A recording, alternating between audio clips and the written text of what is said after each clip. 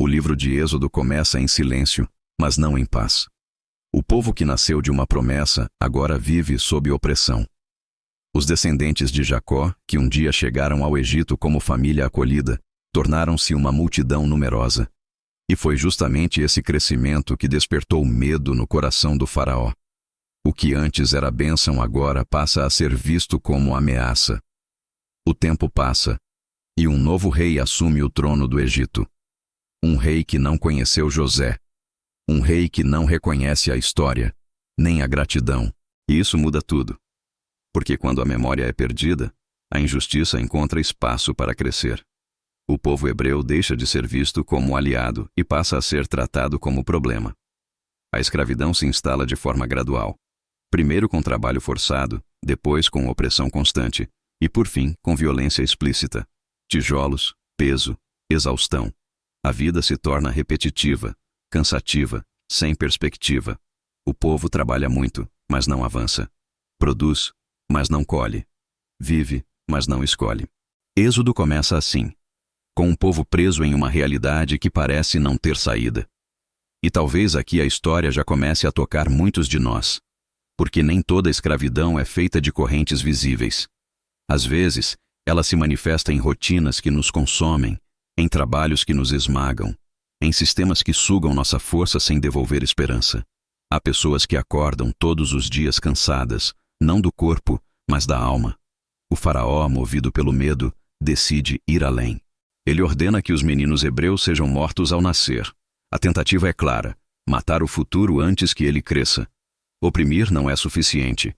É preciso impedir qualquer possibilidade de libertação. Mas mesmo em meio à crueldade, algo inesperado acontece. As parteiras hebreias desobedecem. Elas escolhem temer a Deus mais do que ao rei. Esse detalhe é pequeno, mas poderoso. A libertação começa com atos simples de coragem. Antes de grandes milagres, existem pequenas decisões. Mulheres anônimas, sem exércitos, sem posição de poder, mas com consciência e temor. Elas preservam vidas. Elas protegem o futuro. E isso nos lembra que Deus frequentemente começa grandes mudanças por meio de pessoas comuns. É nesse contexto que nasce Moisés. Um menino que nasce sob sentença de morte, mas envolto em cuidado. Sua mãe o esconde enquanto pode. Quando já não é mais possível, ela toma uma decisão dolorosa e cheia de fé.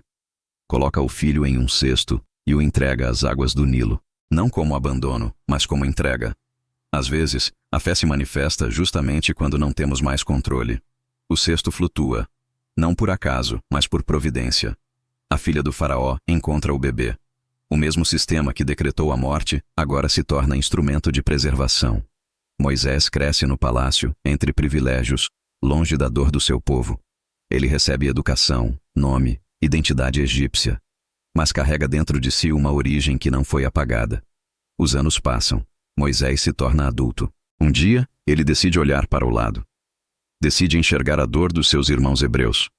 E ao ver um egípcio espancando um deles, age por impulso. Mata o agressor e tenta esconder o corpo. O ato revela algo profundo. Moisés sente o peso da injustiça, mas ainda não sabe lidar com ela. Quando o erro vem à tona, Moisés foge. Do palácio para o deserto, do privilégio para o anonimato, do barulho para o silêncio. O homem que poderia ser libertador agora se torna fugitivo. Ele se estabelece em Midian, constrói uma nova vida, trabalha como pastor. O tempo passa de novo. Anos se acumulam. A promessa parece distante. O chamado, esquecido. Enquanto isso, no Egito, o povo continua gemendo. O texto bíblico diz que o clamor dos hebreus sobe até Deus. Eles não têm um plano claro, eles apenas clamam. E isso é importante, porque nem sempre sabemos como sair, mas sabemos pedir socorro. E Deus escuta. Deus vê. Deus ouve. Deus se lembra da aliança feita com Abraão, Isaque e Jacó. A promessa não morreu, mesmo que pareça adormecida. E é no lugar mais improvável que Deus decide agir. No deserto. No cotidiano simples de Moisés. No meio de uma tarefa comum. Um dia, Moisés vê uma sarça em chamas. O fogo arde, mas não consome. Ele se aproxima. E então Deus fala. Chama Moisés pelo nome. Não o chama de príncipe, nem de fugitivo, nem de pastor. Chama pelo nome. Deus se apresenta como aquele que viu a aflição do seu povo e decidiu descer para libertá-lo. Moisés hesita, questiona, duvida, aponta suas limitações. E talvez aqui esteja um dos pontos mais humanos da história. Deus escolhe alguém que não se sente pronto, alguém que carrega falhas, medos e inseguranças. A libertação começa não com um herói confiante, mas com um homem consciente da própria fragilidade. Êxodo começa assim, com opressão, silêncio, espera e um Deus que age no tempo certo. Um Deus que vê quando parece que ninguém está vendo. Um Deus que escuta quando o clamor parece não passar do teto. Um Deus que prepara a libertação, enquanto o povo ainda acha que só resta sobreviver. E a história está apenas começando. Depois do encontro com a sarça, nada em Moisés volta a ser simples. A rotina silenciosa do deserto é interrompida por uma palavra que exige retorno, confronto e coragem. Deus não apenas revela quem Ele é, revela o que pretende fazer. Libertar um povo inteiro. E para isso, escolhe alguém que já tentou agir antes e falhou. Moisés escuta o chamado, mas responde com perguntas. Quem sou eu para ir ao faraó? A dúvida não é arrogância, é consciência do peso da missão. Ele conhece o palácio, conhece o poder, conhece o perigo. Sabe que não se trata apenas de pedir liberdade, mas de desafiar um sistema inteiro construído sobre opressão. Deus não ignora as perguntas. Ele responde com promessa de presença. Eu estarei com você. Não é um discurso motivacional, é uma garantia. A libertação não dependerá da eloquência de Moisés, nem da força do povo. Dependerá da presença de Deus no processo. Mesmo assim, Moisés continua resistindo. Ele fala da própria dificuldade de expressão. Aponta suas limitações. Pede sinais. E ainda assim, Deus insiste. Não porque Moisés seja perfeito, mas porque o chamado não nasce da capacidade humana, e sim da decisão divina. Deus não escolhe quem já está pronto. Ele prepara quem escolhe. Moisés retorna ao Egito acompanhado de Arão. O caminho de volta não é triunfal. Não há aplausos, atenção. Ele entra no palácio não como príncipe, mas como mensageiro. E a mensagem é simples e direta. Deixe o meu povo ir. Não é uma proposta política. É uma exigência divina. O faraó escuta, mas não se impressiona. Ele pergunta, quem é o Senhor para que eu ouça a sua voz? Essa pergunta revela mais do que incredulidade. Revela arrogância. O faraó não reconhece autoridade acima da sua. Para ele, o poder está concentrado no trono, não em uma voz invisível.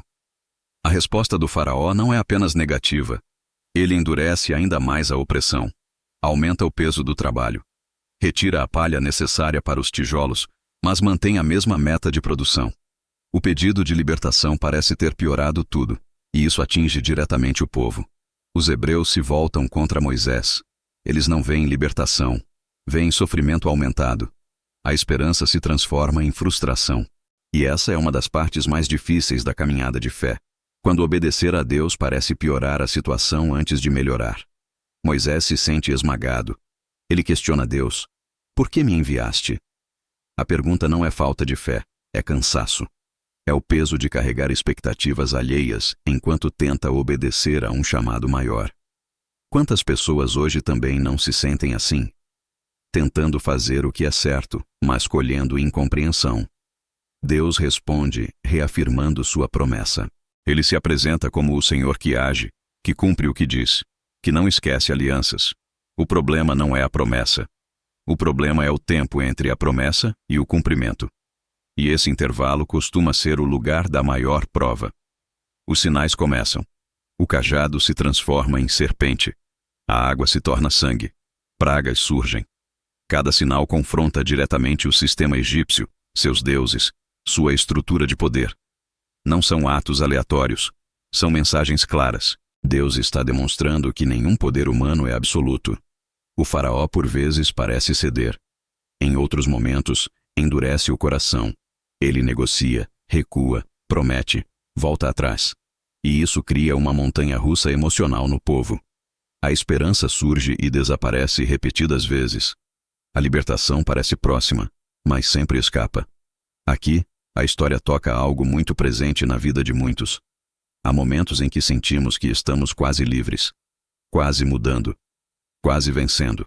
Mas algo acontece e tudo parece voltar ao ponto inicial. O cansaço se acumula, A dúvida cresce. A pergunta retorna. Vale a pena continuar? Deus, porém, não apressa o processo. Cada etapa tem propósito. Cada confronto revela algo. Não apenas ao Egito, mas ao próprio povo hebreu. Eles precisam aprender quem é Deus antes de aprender a viver em liberdade. A escravidão não é apenas externa. Ela também se instala por dentro.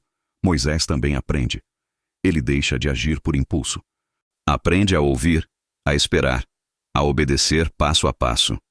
O libertador em formação é moldado tanto quanto o povo que será libertado.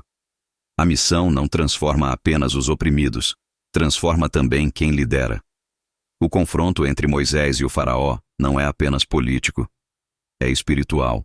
É a colisão entre um sistema que se sustenta pelo medo e um Deus que age pela promessa.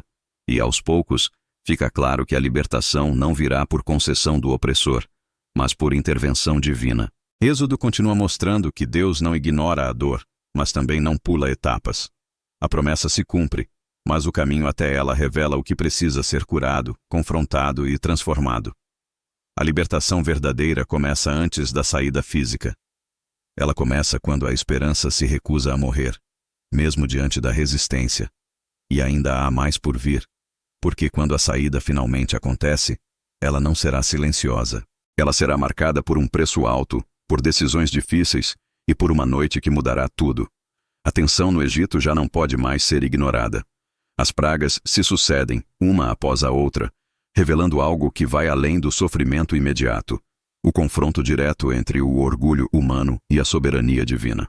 Cada sinal desmonta uma falsa segurança. Cada praga mostra que o poder do faraó tem limites. Ainda assim, o coração dele insiste em resistir. Há momentos em que a teimosia parece mais forte do que a razão. O faraó vê, sente, sofre as consequências, mas não se rende. E isso também diz muito sobre nós. Quantas vezes insistimos em manter o controle mesmo quando tudo já está nos mostrando que o caminho precisa mudar? A resistência prolonga a dor. Então Deus anuncia algo diferente. Não será apenas mais um sinal. Será um divisor de águas. Uma noite que ficará marcada na história. A última praga não atinge colheitas, nem animais, nem estruturas. Ela atinge o coração das casas. O primogênito de cada família egípcia morrerá. Não como um ato arbitrário, mas como a consequência final de um sistema que se recusou a ouvir. Antes que a noite chegue, Deus dá instruções claras ao seu povo. Cada família deve separar um cordeiro sem defeito, sacrificá-lo e passar o sangue nas portas. Dentro das casas, eles comeriam às pressas, prontos para partir. Do lado de fora, a morte passaria. Do lado de dentro, a vida seria preservada. Essa orientação é simples, mas carregada de significado. A libertação exigia obediência, mesmo quando o sentido completo ainda não estava claro. O povo precisava confiar. Não havia tempo para questionar cada detalhe. Havia tempo apenas para obedecer e esperar. Aquela noite não foi tranquila. O silêncio carregava expectativa. As famílias se reuniam, talvez com medo, talvez com esperança. O sangue nas portas não era um símbolo mágico. Era um ato de fé. Uma resposta humana a uma promessa divina. E isso ensina algo profundo. Muitas vezes Deus age de forma poderosa, mas espera que façamos a nossa parte, mesmo que ela pareça pequena. Quando a noite avança, o choro se espalha pelo Egito. Não há casa sem luto. O peso da decisão do faraó cai sobre todo o povo. E finalmente, o coração endurecido cede. O faraó chama Moisés e Arão às pressas. Ele não negocia mais. Não impõe condições. Apenas pede que o povo vá. A saída acontece de forma rápida. O povo não tem tempo de preparar o pão. A massa não fermenta. Eles partem como estão. Escravos se tornam peregrinos. O que parecia impossível agora acontece. As portas se abrem. As correntes caem. A promessa começa a se cumprir diante dos olhos de todos. O povo sai do Egito não em silêncio, mas com pressa. Há uma mistura de alívio, medo e incredulidade. Eles caminham carregando o que têm, levando consigo histórias, dores, lembranças. A liberdade chega, mas ainda não foi assimilada. Eles saem fisicamente, mas emocionalmente ainda estão em processo. E talvez aqui esteja uma das partes mais importantes dessa narrativa para a vida real. porque muitas pessoas também vivem assim. Deus abre portas, mas o coração ainda carrega marcas da escravidão. A mudança externa acontece mais rápido do que a interna. A liberdade começa, mas ainda precisa ser aprendida. Deus não conduz o povo pelo caminho mais curto. Ele escolhe o deserto, não por crueldade, mas por sabedoria. O caminho mais rápido os levaria de volta ao medo. O deserto, embora difícil, seria o lugar da transformação. A liberdade não se sustenta sem aprendizado. O faraó, ao perceber a saída, muda novamente de ideia. Ele reúne seu exército e parte em perseguição. O povo, ao ver os carros se aproximando, entra em pânico. A liberdade recém-conquistada parece ameaçada. O medo fala mais alto. Eles questionam Moisés. Não havia sepulturas no Egito? Essa reação revela algo profundo. O passado opressor ainda exerce poder sobre a mente. Mesmo livres, eles sentem saudade da falsa segurança da escravidão. Isso é mais comum do que parece. Há pessoas que preferem um cativeiro conhecido a uma liberdade desconhecida. Diante do mar e do exército, o povo se vê encurralado. Não há para onde correr. E é nesse cenário de impossibilidade que Deus age novamente.